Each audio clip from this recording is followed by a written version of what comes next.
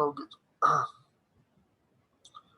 Now project manager का role ये भी हम कवर कर चुके हैं प्रोक्योरमेंट का। उसमें क्या होता है, so please just go through this. I have covered almost all of the time, sorry all of the points. तो अभी हम आते हैं एक्चुअल काम की तरफ, और वो है हमारा, सॉरी स्लाइड आ गई,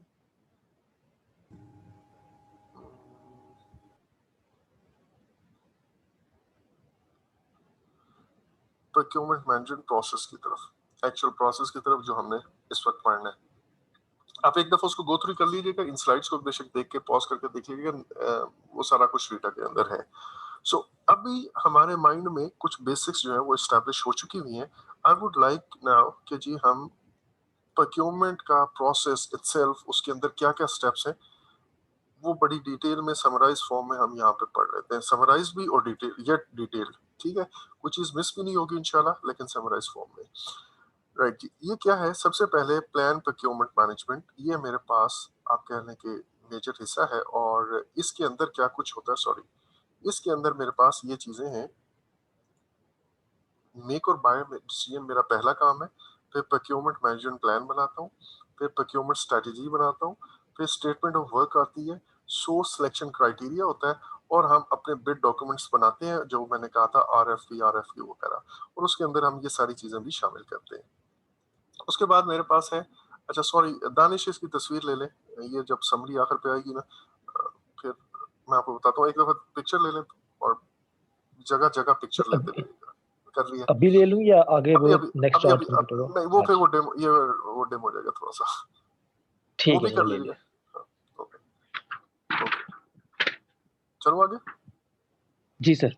ओके, नेक्स्ट है कंडक्ट प्रोक्योरमेंट। प्रोक्योरमेंट जब आप कंडक्ट करते हो, एडवर्टाइजमेंट देते हो, उससे पहले वो जो pre bid meeting, bidder conference होती है, प्रपोजल या बिड सबमिट होते हैं, वो लोग जमा कराते हैं, आपका प्रपोजल या बिड ओपनिंग होती है, उसको आप एवेलुएट करते हो, शॉर्टलिस्ट करके नेगोशिएट करते हो, और कॉन्ट्रैक्ट अवार्ड हो जाता है। ये है कंडक्ट प्रोक्योरमेंट। इसकी भी तस्वीर ले लें।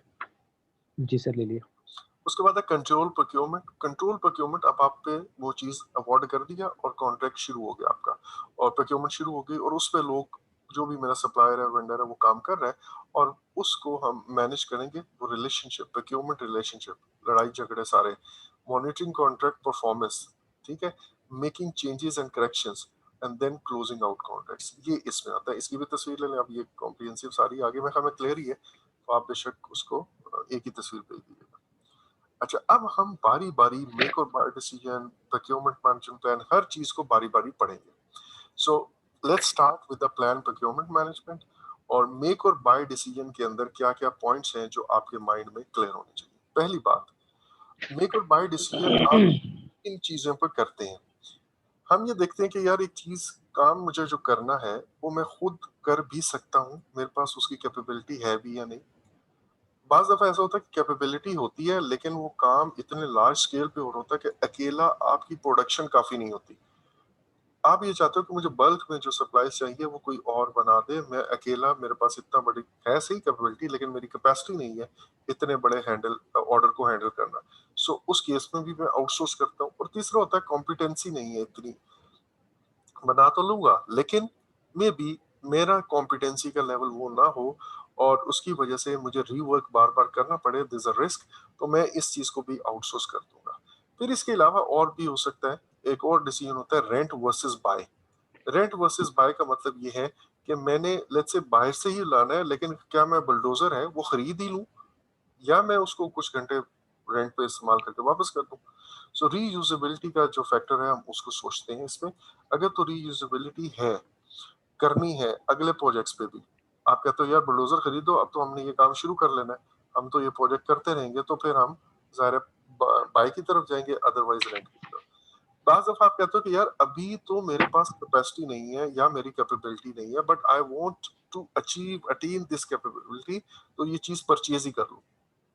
फिर कॉस्ट इफेक्टिवनेस, खुद बनाना आसान है या कम सस्ता पड़ता है, या बाहर से लेना सस्ता पड़ता है, ये भी एक फैक्टर हो सकता है। इन सारी बेसिस के नतीजे में हम ये डिसाइड करते हैं कि हमें चीज खुद बनानी है या बाहर से लेनी है। एक और बात वो ये कि हमें बाज दफा अपनी कॉस्ट इफेक्टिवनेस को चेक करने के लिए कुछ फाइनेंशियल टूल्स देखते हैं कि हम जो इन्वेस्टमेंट करेंगे, जो पैसा लगाएँगे, उस पैसे का मुझे रिटर्न कितना है। इसके लिए आप एक payback period, cost benefit analysis, internal rate of return, net present value वगैरह-वगैरह कोई भी टूल, फाइनेंशियल टूल यूज़ कर सकते हो। ये जो टूल्स के नाम लिखे हुए हैं, ये मैं आपको इंटीग्रेशन नॉलेज एरिया के अंदर पढ़ाऊँगा और ये डिटेल में इसके लिए आपको एक्सपर्ट नहीं होना, लाज़मी है, मतलब बहुत डिटेल में नहीं पढ़ना जैसे आप फाइनेंशियल मैनेजमेंट में पढ़ते हैं।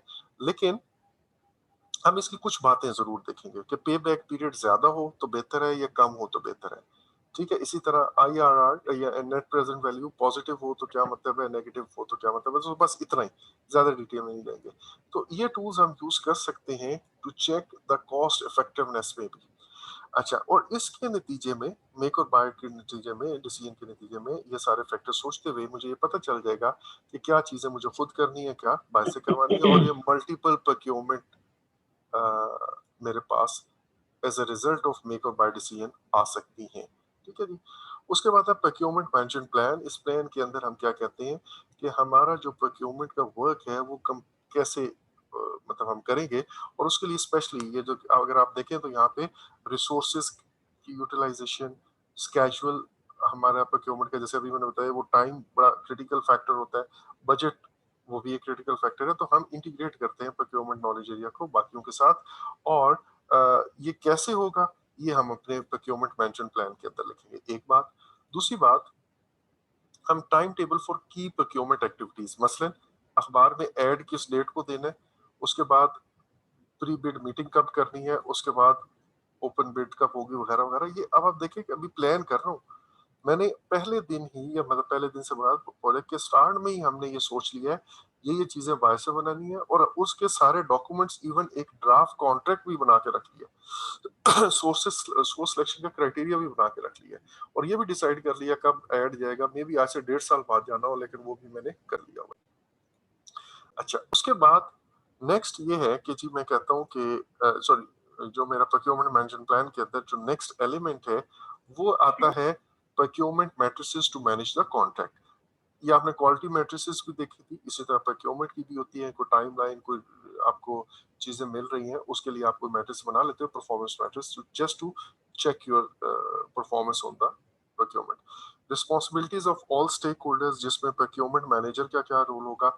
अब आप देखें कि जब आपकी सेंट्रलाइज प्रोक्योरमेंट है तो ज़ाहिर है कुछ काम प्रोक्योरमेंट मैनेजर ने करने हैं और कुछ काम प्रोजेक्ट मैनेजर में करने हैं। ये ना हो कि प्रोजेक्ट मैनेजर और प्रोक्योरमेंट मैनेजर का आपस में कॉन्फ्लिक्ट आ जाए या प्रॉब्लम आ जाए कि यार ये काम तो आपका था और ये काम हमारा है। वो बातें, वो ड्यूटीज के प्रोजेक्ट मैनेजर का क्या रोल है और इसके अंदर प्रोक्योरमेंट मैनेजर का क्या रोल है, वो आप इसी प्लान के अंदर, प्रोक्योरमेंट मैनेजमेंट प्लान के अंदर डिफाइन करोगे। Then procurement assumptions and constraint, वो भी इस प्लान के अंदर आ जाती हैं, प्रोक्योरमेंट से रिलेटेड जितनी है। Legal jurisdiction and currency used for the for payment, वो आपने इसमें मेंशन करनी है। जो अपना सॉरी डिफरेंट प्रोक्योरमेंट्स में अगर है तो फिर डिफरेंट हो सकता है, किसी जगह पाकिस्तानी करेंसी हो, किसी जगह दूसरी हो। Then information on independent estimate. Independent estimate क्या होते हैं, ये वो एस्टिमेट है जो हम खुद से करते हैं, और खुद से करने से मुराद इसको इंटरनल एस्टिमेट भी कहते हैं। ये एस्टिमेट मैं इसलिए करना चाहूंगा कि मार्केट में अखबार में ऐड देने के बाद मुझे जो प्राइसेस कोट होनी है, I would like to know कि यार ऐसा तो नहीं है कि बहुत ज्यादा हाई कोट कर रहा हूँ। मैं एक अपना अंदाजा लगाऊंगा कि यार रफली इतने में मुझे ये चीज मिल जानी है। अब जो मुझे अगर उस इंटरनल एस्टिमेट से कोई बहुत ज्यादा ऊपर या बहुत कम दे रहा है, कम दे रहा है तो मैं ये समझूंगा कि यार उसे मेरा प्रोक्योरमेंट, मेरा जो काम मैं करवाना चाह रहा हूँ उसे समझ नहीं आया। वो जो इतनी प्राइस कोट कर रहा है मेरा काम इतने में नहीं होना। इसी तरह अगर बहुत हाई दे रहा है तो फिर भी मैं समझूंगा कि गड़बड़ है। तो मैं इंडिपेंडेंट एस्टिमेट जो है अपने इंटरनल एस्टिमेट वो करके बैठता हूँ, और ये भी मैं इसके बारे में कोई इंफॉर्मेशन है तो अपने प्रोक्योरमेंट मैनेजमेंट प्लान के अंदर वो भी दूंगा। और फिर रिस्क मैनेजमेंट से रिलेटेड कोई इश्यूज हैं प्रोक्योरमेंट, स्पेशली प्रोक्योरमेंट में, फॉर एग्जांपल अगर पेमेंट आपको डर है कि वो आधा सामान दे के भाग भाग जाएगा, या आखिरी सप्लाई आएगी तो उसके बाद भी आप कुछ गारंटी के तौर पे कुछ पैसा अपने पास रखना चाह रहे हैं सिक्योरिटी के तौर पे, या यू वांट टू कि जी यार हर बंदा जो है ना वो बिड जमा ना करा दे, सीरियस कैंडिडेट्स आए तो आपको बिड की फी रखना चाह रहे हैं, एंड सो। अच्छा, उसके बाद है प्री क्वालिफाइड सेलर। इसके बारे में हम बात कर चुके हैं कि प्री क्वालिफाइड सेलर वो होते हैं जो हम ये कहते हैं कि पहले से शॉर्टलिस्ट करके ऑर्गेनाइजेशन हमें कहती है कि इन्हीं को आपने जो ये हैं वो लोग जो सिक्योरिटी क्लियर्ड हैं, ये हैं वो लोग ये जो वाकई हमारे प्रोजेक्ट के काम करने के काबिल हैं, तो इन्हीं से हमने चीजें प्रोक्योर करनी है, किसी और से नहीं करनी है। तो उस केस में ऑब्वियसली हमने बताना है। तो ऐसी अगर कोई पाबंदी या कोई इंफॉर्मेशन है तो वो भी हम अपने प्रोक्योरमेंट मैनेजमेंट प्लान के अंदर इंक्लूड कर देंगे। अच्छा जी, अब अगर मैं ये लास्ट वाला पॉइंट जो है ना वो नहीं आ रहा है इसके अंदर, तो काइंडली इसकी भी ले लें मेरे ख्याल में, बिकॉज प्रोक्योरमेंट मैनेजमेंट प्लान की एक समरी आपके सामने आ जाएगी। बल्कि रहने दें क्योंकि इससे बहुत जी ज्यादा सर, हो ले जाएगा। लिया। इससे आगे आप नहीं करें क्योंकि बहुत ज्यादा हो जाएगा वो। मेरे ख्याल में इसके लिए लेक्चर सुनना और वीडियो देखना लाजमी होगा। ओके जी, अब आता है प्रोक्योरमेंट स्ट्रेटजी। प्रोक्योरमेंट स्ट्रेटजी के बारे में कुछ नई टर्म्स शायद आप नहीं, या मे बी अगर बहुत टेक्निकल टर्म्स हैं मे बी आप भूले हुए हो, तो आई वुड लाइक कि एक दफा जरा इनको हम देख लें। अच्छा, एक होता है सर्विस के डिलीवरी मेथड या प्रोक्योरमेंट के डिलीवरी मेथड्स क्या है। अब ये जो डिलीवरी मेथड्स हैं इनके बारे में हम बात करते हैं। सर्विसेज अगर आप ले रहे हैं ना तो उनके जो कॉमन डिलीवरी मेथड है वो ये है कि आप कहते हो कि यार हमें ये सर्विस चाहिए विद नो सब कॉन्ट्रैक्टिंग, या आप सब कॉन्ट्रैक्टिंग अलाउ करते हो। सब कॉन्ट्रैक्टिंग का मतलब है कि मैंने एक काम किसी को सौंप दिया है, कॉन्ट्रैक्ट किया, और वो आगे फर्दर सबलेट कर दे उस काम को, कुछ हिस्सा या अदरवाइज। तो सर्विसेज के अंदर आपका ये होता है, और इसी तरह जॉइंट वेंचर्स वगैरह भी आते हैं। जो कंस्ट्रक्शन इंडस्ट्री के अंदर हम प्रोक्योरमेंट डिलीवरी मेथड्स यूज करते हैं, उनके अंदर एक होता है टर्न की प्रोजेक्ट्स। टर्न की प्रोजेक्ट्स के अंदर क्या होता है कि जो आपका बायर है ना वो बिल्कुल फारिग होता है, उसका कोई इन्वॉल्वमेंट नहीं होती। आपका सेलर जो है वो हर चीज बना के रेडी करके बस आप चाबी घुमाएं और काम स्टार्ट कर दें, ठीक है। वो आपको देता है, वो ना डिजाइन में आप इन्वॉल्व होते हैं, ना डेवलपमेंट में, ना कुछ। दूसरा है डिजाइन बिल्ड। डिजाइन बिल्ड के अंदर जनरली कंट्रोल आ जाता है जो आपका बायर है उसके। जैसे हम जो घर बनवाते हैं ना ठेकेदारों से, वो जनरली इस कैटेगरी में आ जाता है कि आप अपना मैप खुद अप्रूव करवा रहे होते हो या आपकी इनपुट पे बनता है, और इसी तरह जो बिल्डिंग हो रही होती है वो भी आपके इनपुट पे आता है। एक और है डिजाइन बिड बिल्ड और डिजाइन बिल्ड ऑपरेट। अच्छा, जो डिजाइन बिड और बिल्ड है इसके अंदर तो जनरली होता है कि आप डिजाइन खुद करते हो और उसके बाद आप बिल्ड किसी और से करवाते हो। और जो है डिजाइन बिल्ड ऑपरेट, इस केस में है कि आप बाद में बनाने के बाद भी ऑपरेशन जो है ना, दैट मींस जो वारंटी वाला काम है या आफ्टर सेल सर्विसेज है वो भी इसके अंदर शामिल हो जाती है। एक और है build on operate transfer boot. ये वो मेथड है जो जनरली अगर मैं ये कहूँ कि एफडब्ल्यूओ ने, ये जनरली गवर्नमेंट और उनके प्राइवेट बॉडीज का ना वो उस वक्त इन्वॉल्व होता है, या एफडब्ल्यूओ ने रोड बनाई यहाँ से यहाँ तक। अब ये रोड गवर्नमेंट की है, ठीक है, और बनाई एफडब्ल्यू ने, तो हम एफडब्ल्यूओ को कहते हैं कि आप इसको बिल्ड करें, आप इसको ऑन करें, और आप ही इसको ऑपरेट करें, let's say for first first 5 years. और जब आपका ये जो प्रॉफिट है, ये जो पैसा है, ये रिकवर हो जाएगा, आप अपना जो भी प्रॉफिट कमाना है ये 5 साल में इसको ऑपरेट करके कमा लें, और उसके बाद you will transfer this road, इसका कंट्रोल जो है वो हुकूमत पाकिस्तान के हवाले कर देंगे, लेट्स से, ठीक है। सो ये कुछ टर्म्स है। इतनी डिटेल में ये टर्म्स आती नहीं है, but you need to know कि यार प्रोक्योरमेंट की एक स्ट्रेटजी हमें डिफाइन करनी है जिसके अंदर मेनली हमारे ये जो डिलीवरी मेथड्स है ना ये आते हैं। So you should be clear about that. दूसरा प्रोक्योरमेंट स्ट्रेटजी के अंदर आता है कि हमारा जो कॉन्ट्रैक्ट या एग्रीमेंट की टाइप क्या होगी। और जैसे मैंने आपको आज स्टार्ट में कहा था कि हम जिस टाइप का कॉन्ट्रैक्ट करेंगे, ये जो टाइप्स ऑफ कॉन्ट्रैक्ट है और इससे रिलेटेड जो न्यूमेरिकल है, ये इंशाल्लाह हमारा second half of the lecture है, जो कि हम कल इंशाल्लाह स्टार्ट करेंगे या मे बी परसों करेंगे। बहरहाल इसको हम देखेंगे। अच्छा, उसके बाद है स्टेट सॉरी प्रोक्योरमेंट स्ट्रेटजी के अंदर ही प्रोक्योरमेंट के फेजेस क्या होंगे। जैसे हमारे प्रोजेक्ट के फेजेस हैं, फर्स्ट फेज में हम ये करेंगे, सेकंड फेज में, तो ये सारे का सारा ओवरऑल प्रोक्योरमेंट स्ट्रेटजी है। स्पेशली अगर आप देखें तो मुझे मटेरियल चाहिए, अब ये मटेरियल ईंटें चाहिए, मुझे एक ही गो में सारी नहीं चाहिए, मुझे सीमेंट चाहिए एक ही गो में नहीं चाहिए, तो डिफरेंट फेजेस से भी मेरी प्रोक्योरमेंट जो है वो गुजर सकती है। नेक्स्ट है statement of work. Statement of work का मतलब क्या है? प्रोक्योरमेंट स्टेटमेंट ऑफ वर्क कह लें, टर्म्स ऑफ रेफरेंसेस इसको कह लें, और ये याद रखिएगा कि मेक और बाय डिसीजन के नतीजे में मल्टीपल प्रोक्योरमेंट्स हो सकती है। मैंने आपको बताया प्लान सबका एक बनेगा, लेकिन स्ट्रेटजी सबकी अलग अलग हो सकती है। और इसी तरह statement of work her procurement की अपनी अपनी होगी। ठीक है, सामान मंगवाना है तो उसकी और होगी, मटेरियल की और होगी, सर्विसेज की और होगी। और सोर्स सिलेक्शन क्राइटेरिया भी हर उसी का अलग होगा, और बिड डॉक्यूमेंट्स भी सबके अलग अलग होंगे। So now let's talk about the statement of work या टर्म्स ऑफ रेफरेंस। उसके अंदर क्या है?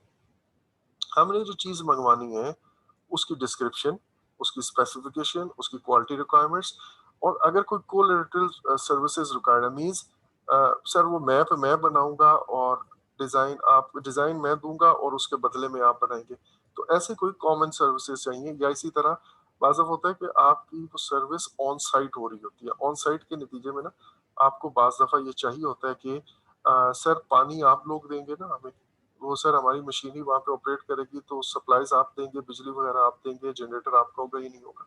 सो अगर इस तरह की कोई कॉमन सर्विसेज चाहिए तो वो भी एक्सेप्टेंस क्राइटेरिया, जब चीज बन जाएगी तो आप, जाहिर है वो आपको बना के देगा, तो फिर आपने किस क्राइटेरिया के बेस पे उसको एक्सेप्टेंस या रिजेक्शन होगी। Period and place of performance ये मैटर करता है, टाइम क्या होगा और जगह क्या होगी। मैं अपनी साइट पे कर रहा हूँ, उनकी साइट पे कर रहा हूँ, सर्दियों का मौसम है, गर्मियों का मौसम है, एक्सट्रीम वेदर है या नहीं है। मुझे लेट्स से अपनी ऑर्गेनाइजेशन के अंदर, रनिंग ऑर्गेनाइजेशन के अंदर प्रोजेक्ट करना है या खाली बिल्डिंग है उसके अंदर प्रोजेक्ट करना है, दिस ऑल मैटर्स। मुझे बर्फबारी के इलाकों में जाके करना है या तपते सहराओं में करना है, दिस ऑल मैटर्स। अच्छा, देन करेंसी एंड पेमेंट का जो स्केड्यूल होगा, 10% पेमेंट इस वक्त होगी, 20% इस वक्त होगी, एंड सो ऑन। वारंटी अगर कोई है तो ये भी, तो ये सारे का सारा स्टेटमेंट ऑफ वर्क में आ जाता है। अच्छा, देन आगे चलें, और वो है स्लो सोर्स सिलेक्शन क्राइटेरिया। जैसे मैंने कहा कि ये वो क्राइटेरिया है जिसकी बेस पे आप अपने पोटेंशियल बिडर्स में से या सप्लायर्स में से किसी एक को या दो को सिलेक्ट करोगे। अब दो तीन तरह का क्राइटेरिया होता है, वैसे जनरली दो तरह का कहते हैं, लेकिन ये मैंने तीसरा भी एक ऐड किया है। इसको आप कह लें, सबसे पहले एक बेसिक क्वालिफिकेशन है आपकी, कम से कम वो तो मीट हो। मसलन मैं आपको कहता हूँ आपका पाकिस्तान इंजीनियरिंग काउंसिल के साथ रजिस्टर्ड होना लाजमी है, या कम से कम आप जीएसटी टैक्स पेयर तो हो।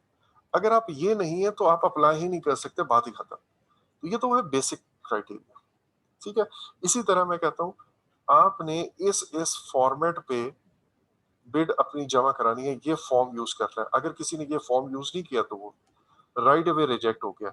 अब उसके अंदर उसने पैसा कितना रखा था, बिड कितनी दी थी, कीमत कितनी सस्ती थी, टेक्निकली वो सोल्यूशन कितना अच्छा था, वो तो मैंने देखा ही नहीं। इसी तरह अगर टाइमली सबमिट नहीं किया तो भी ये बेसिक क्राइटेरिया मीट नहीं किया, अब आपकी बिड आगे कंसीडर ही नहीं होगी।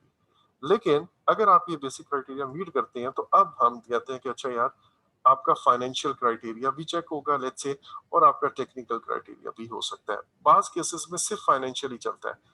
ठीक है, मसलन अगर ईंटें हैं तो ईंटों मुझे खरीदनी है तो ऑलमोस्ट मोर और लेस एक ही तरह की होंगी, और उनका आप कहोगे कि यार सिर्फ फाइनेंशियल क्राइटेरिया ही काफी है, जो सस्ता देगा वो मैं ले लूंगा।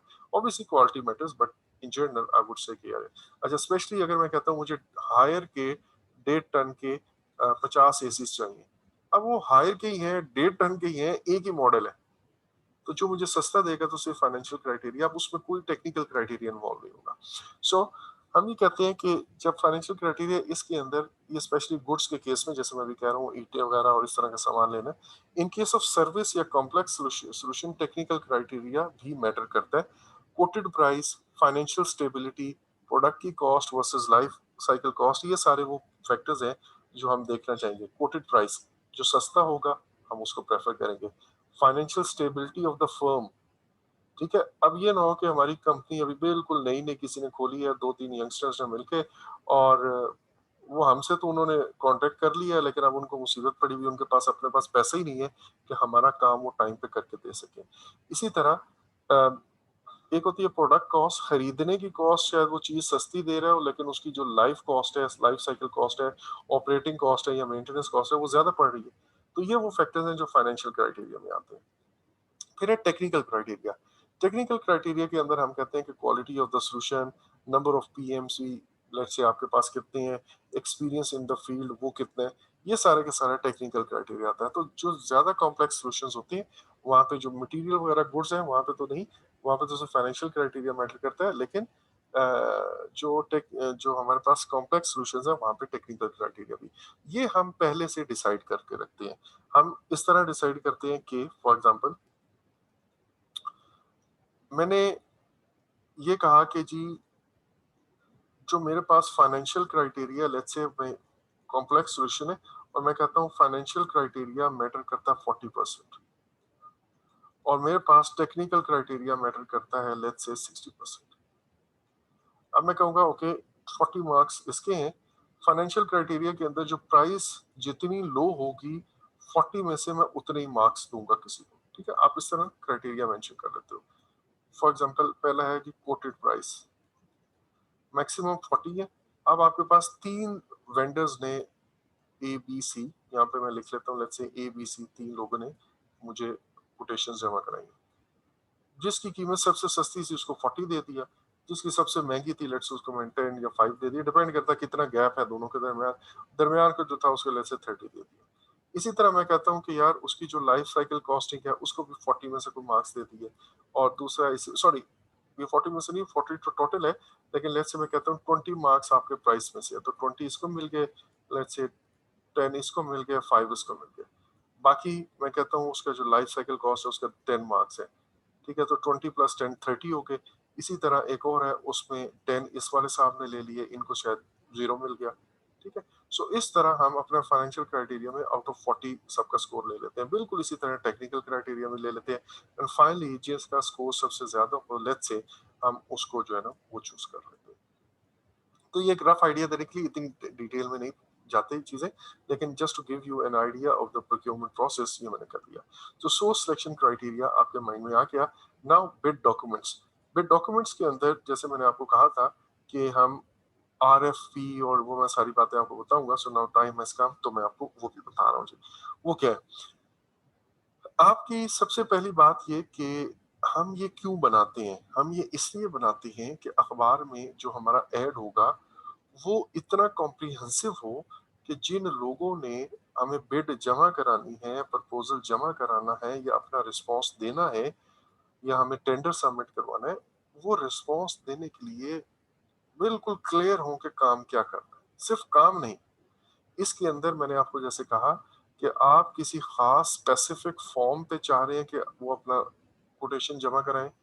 इसके अलावा आपने जो काम करवाना है उसकी स्टेटमेंट ऑफ वर्क, जिसको हमने प्रोक्योरमेंट स्टेटमेंट ऑफ वर्क का, आपका सिलेक्शन का क्राइटेरिया क्या होगा, वो जो मैंने अभी तीनों क्राइटेरिया पीछे डिस्कस किए वो वाले। और इसके अलावा कोई कॉन्ट्रेक्चुअल प्रोविजन, मसलन कोई खास डेडलाइन हमें मीट करनी है या कुछ सबलेट करने की क्लॉज है कि नहीं कर सकते कर सकते हैं, ताकि मैं एज अ पोटेंशियल वेंडर अगर मैं कोट करना चाह रहा हूँ तो मेरे सामने सारी चीजें हो सकता है मैं सबलेटिंग किए बगैर नहीं कर सकता, तो मैं इस पे कभी भी बिड जमा नहीं कराऊंगा। हो सकता है कि मैं एक खास डेडलाइन मीट नहीं कर सकता, मैं बिड जमा नहीं कराऊंगा। हो सकता है ये स्टेटमेंट ऑफ वर्क जब मैंने काम देखा इसमें कुछ चीजें ऐसी हैं जो मैं ना कर सकता हूँ, मैं बिड जमा नहीं कराऊंगा। सो ये बेसिकली जो आपके बिड डॉक्यूमेंट्स हैं वो इसलिए होते हैं। इसके अलावा ना एक और टर्म यूज होती है, मुझे आपने कल कल याद कराना है, मैं भी उसको कंफ्यूज आपको यहाँ पे नहीं कर सका। एक होता है बिड डॉक्यूमेंट्स और एक होती है बिड डॉक्यूमेंटेशन, ठीक है। ये दो प्रोक्योरमेंट डॉक्यूमेंटेशन आप कह रहे हैं। Procurement documentation and bid documents ये दो अलग अलग चीजें हैं, इसके बारे में हम जरूर बात करेंगे। लेकिन इन जनरल ये है कि बिड डॉक्यूमेंट्स ये स्पेसिफिक इन चीजों की बात हो रही है जो आपके सामने है। जो है ना प्रोक्योरमेंट डॉक्यूमेंटेशन, इसका मतलब ये है कि हमारी प्रोक्योरमेंट पे जो होने वाले डॉक्यूमेंट्स बने, जो भी रिकॉर्ड है, वो सारे का सारा प्रोक्योरमेंट डॉक्यूमेंटेशन कहलाएगा। फॉर एग्जांपल बिड डॉक्यूमेंट भी एक प्रोक्योरमेंट डॉक्यूमेंटेशन है। उसके बाद वो जो मैंने स्टेटमेंट ऑफ वर्क बनाई वो भी प्रोक्योरमेंट की डॉक्यूमेंटेशन है। फिर जो रिस्पॉन्सेज आएंगे वो भी प्रोक्योरमेंट डॉक्यूमेंटेशन है। उसके बाद मैंने कोई कॉन्ट्रैक्ट किया है तो वो भी एक डॉक्यूमेंट है जो प्रोक्योरमेंट के अंदर यूज हुआ है। कोई हमारे पास इनवॉइसेज आई हैं पेमेंट्स की, वो भी प्रोक्योरमेंट की डॉक्यूमेंटेशन है।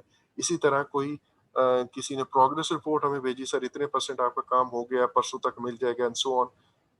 एक्सेप्टेंस का कि जो वो साइन हुआ है, हैंडिंग टेकिंग ओवर, आपने टेस्ट पास कर लिए, ये भी procurement. So procurement documentation is a broader thing.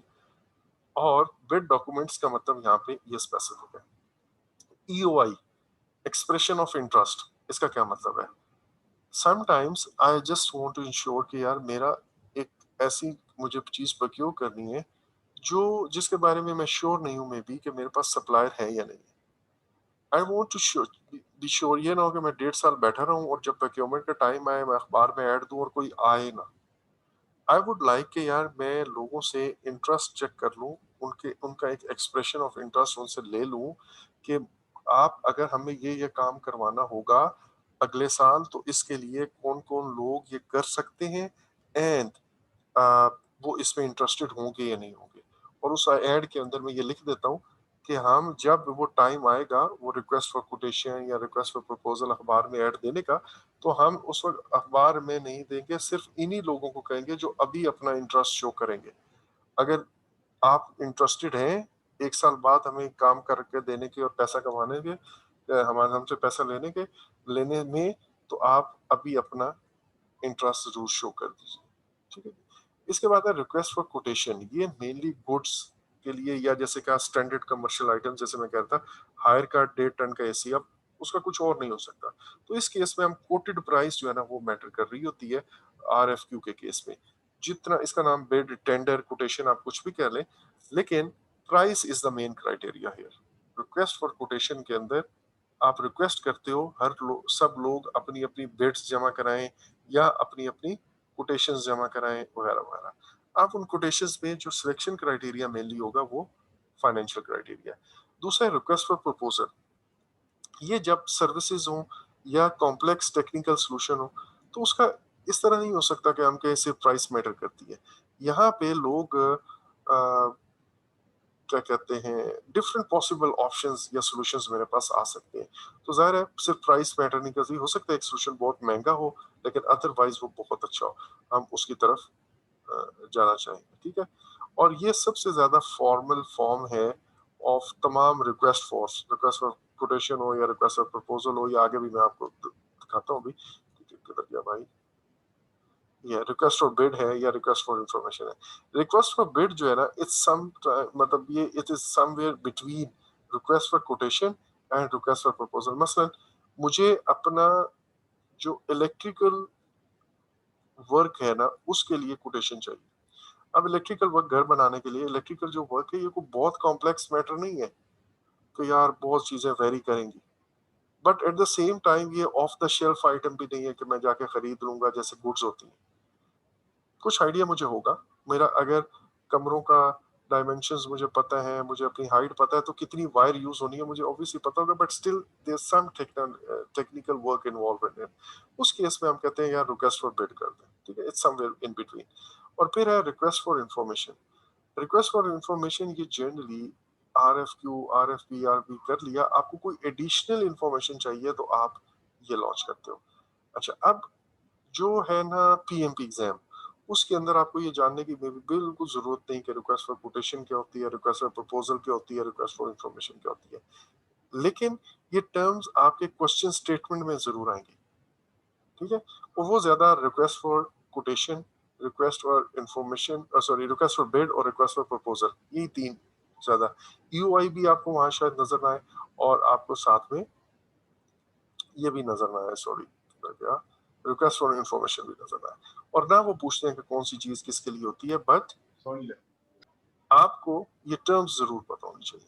सो ये मेरे पास with this we have covered everything in the plan procurement knowledge area, sorry plan procurement management process. Expert judgement, data gathering वगैरह, ये market research, data analysis, make और buy analysis हमने कर लिया, source selection criteria हो गया, और meetings और एक्सपर्ट जजमेंट हम शुरू से एक ही बात करते आ रहे हैं, ये हर जगह आपको नजर आएंगी। अच्छा जी, आउटपुट पे मेरे पास क्या आ रहा है, प्रोक्योरमेंट मैनेजमेंट प्लान आ रहा है। इस प्लान के अंदर जो जो चीजें हैं we have covered it. Procurement strategy हो गई, बिड डॉक्यूमेंट्स हो गया, प्रोक्योरमेंट स्टेटमेंट ऑफ वर्क हो गया, सोर्स सिलेक्शन क्राइटेरिया, मेक और buy decisions, independent cost estimates, change request. I don't think कि अब इसमें से कोई भी चीज प्रोक्योरमेंट डॉक्यूमेंट अपडेट्स के अंदर वो तो ज़ाहिर है ये सारे आ जाते हैं स्टैंडर्ड एंड ओपीए अपडेट हो जाते हैं। सो ये है हमारे पास ये plan procurement knowledge sorry process जो आपने कवर कर दिया हुआ है। नेक्स्ट है कंडक्ट प्रोक्योरमेंट, एंड मेरा ख्याल है कि हम कंडक्ट प्रोक्योरमेंट को कल ही स्टार्ट करें, इट्स ऑलरेडी 10 PM नाउ। सो कल इंशाल्लाह हम ये दोनों जो स्टेप्स हैं ये भी कंप्लीट करके और फिर हम आई वुड लाइक कि हम न्यूमेरिकल वगैरह भी और वो जो कॉन्ट्रैक्ट की डिफरेंट टाइप्स हैं वो भी इंशाल्लाह कल शुरू तो कर देंगे, मे बी कल खत्म ना हो, परसों खत्म कर देंगे. So if you have any question you may ask right now or after the class anytime you feel like. Assalamu alaikum. Okay sir, thank you.